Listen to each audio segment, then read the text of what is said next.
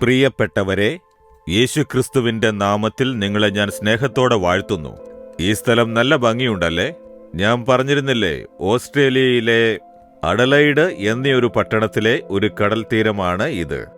ഇവിടുന്ന് കടലിന്റെ ഉള്ളിലേക്ക് പോകാൻ വേണ്ടിയാണ് ഈ പാലം ഉണ്ടാക്കിയിരിക്കുന്നത്. ധാരാളം പേരിവിടെ വോക്കിങ്ങിനായി വരുന്നുണ്ട്. കാഴ്ചയ്ക്ക് നല്ല ഭംഗിയുള്ള സ്ഥലമാണിത്.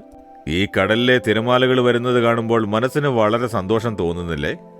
ഈ കടപ്പുറത്ത് വന്നിരുന്ന് തിരമാലകൾ അടിക്കുന്നത് നോക്കി രസിച്ചിരിക്കൂ. അതിൽ നിന്നും ദൈവം ഒരുപാട് കാര്യങ്ങൾ സംസാരിക്കും. തിരമാലകൾ ഓരോന്നായി വന്നുകൊണ്ടേയിരിക്കും. പക്ഷെ ഒരു അതിരുവരെ വന്ന ശേഷം അത് കടലിലേക്ക് തിരിച്ചു പോകും. തിരമാലകൾ പോലെ ഉപദ്രവങ്ങൾ ഉണ്ടാകും, കഷ്ടപ്പാടുകൾ ഉണ്ടാകും. പക്ഷേ അവയൊരു അതിരുവരെയേ വരികയുള്ളൂ. നിങ്ങളെ സ്പർശിക്കില്ല, അവ തിരിച്ചു പോകും. ദൈവം അതിനൊരു അതിര് വെച്ചിരിക്കുന്നു. അതേപോലെ തിരകൾ പോലെ പ്രശ്നങ്ങൾ വരും, നിറയെ പോരാട്ടങ്ങൾ വരും. ഇതിലും അപ്പുറം വരില്ല. എന്റെ മക്കളെ തൊട്ടുപോകരുതെന്ന് യഹോവ ഒരു അതിര് സ്ഥാപിച്ചിരിക്കുന്നു. അതുകൊണ്ട് പേടിക്കേണ്ട. എന്തിനാണ് പേടിക്കുന്നത്? ധൈര്യമായിരിക്കൂ, സന്തോഷമായിരിക്കൂ. എന്തുകൊണ്ടാണെന്നോ, നഹൂം 1:15 ദൈവം പറയുന്നു, നിസ്സാരൻ ഇനി നിന്നിൽ കൂടി കടക്കയില്ല, അവൻ അശേഷം ഛേദിക്കപ്പെട്ടിരിക്കുന്നു.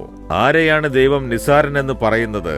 പിശാച്, ശത്രു, നമ്മുടെ വിരോധിയായ സാത്താൻ. അവൻ ദുഷ്ടനാണ്. അവൻ ദുഷിച്ച കാര്യങ്ങളെ ചെയ്യുന്നവനാണ്.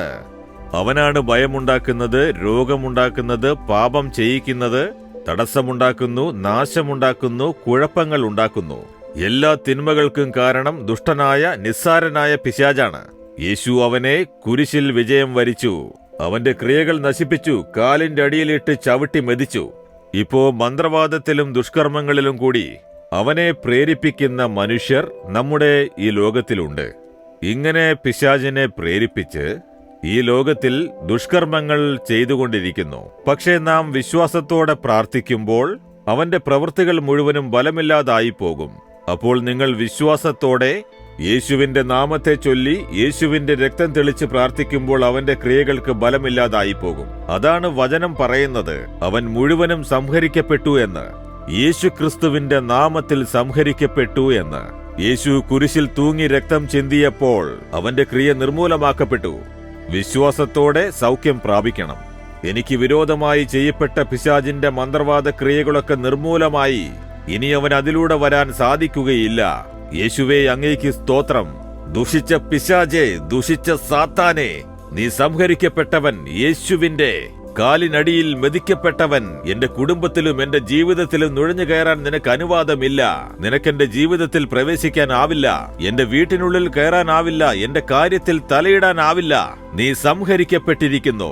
ഇനി എന്റെ വഴിയിൽ നിനക്ക് വരാനാവില്ല എന്ന് സ്തോത്രം പറഞ്ഞ് പ്രാർത്ഥിച്ചു നോക്കൂ.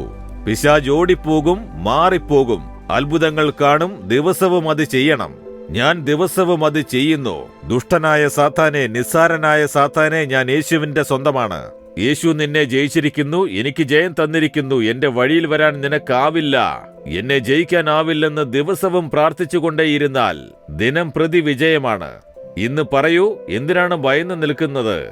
ധൈര്യത്തോടെ പറയൂ, ദുഷ്ടനായ പിശാചേ, നിനക്ക് എന്റെ വഴിയിൽ വരാൻ സാധിക്കില്ല.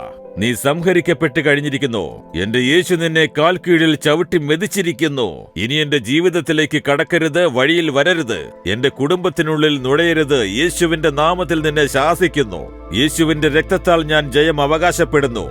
ദുഷ്ടൻ ഇനി എന്റെ വഴിയിലൂടെ കടന്നു വരികയില്ല. യേശുവിന്റെ നാമത്തിൽ ആമേൻ, ആമേൻ.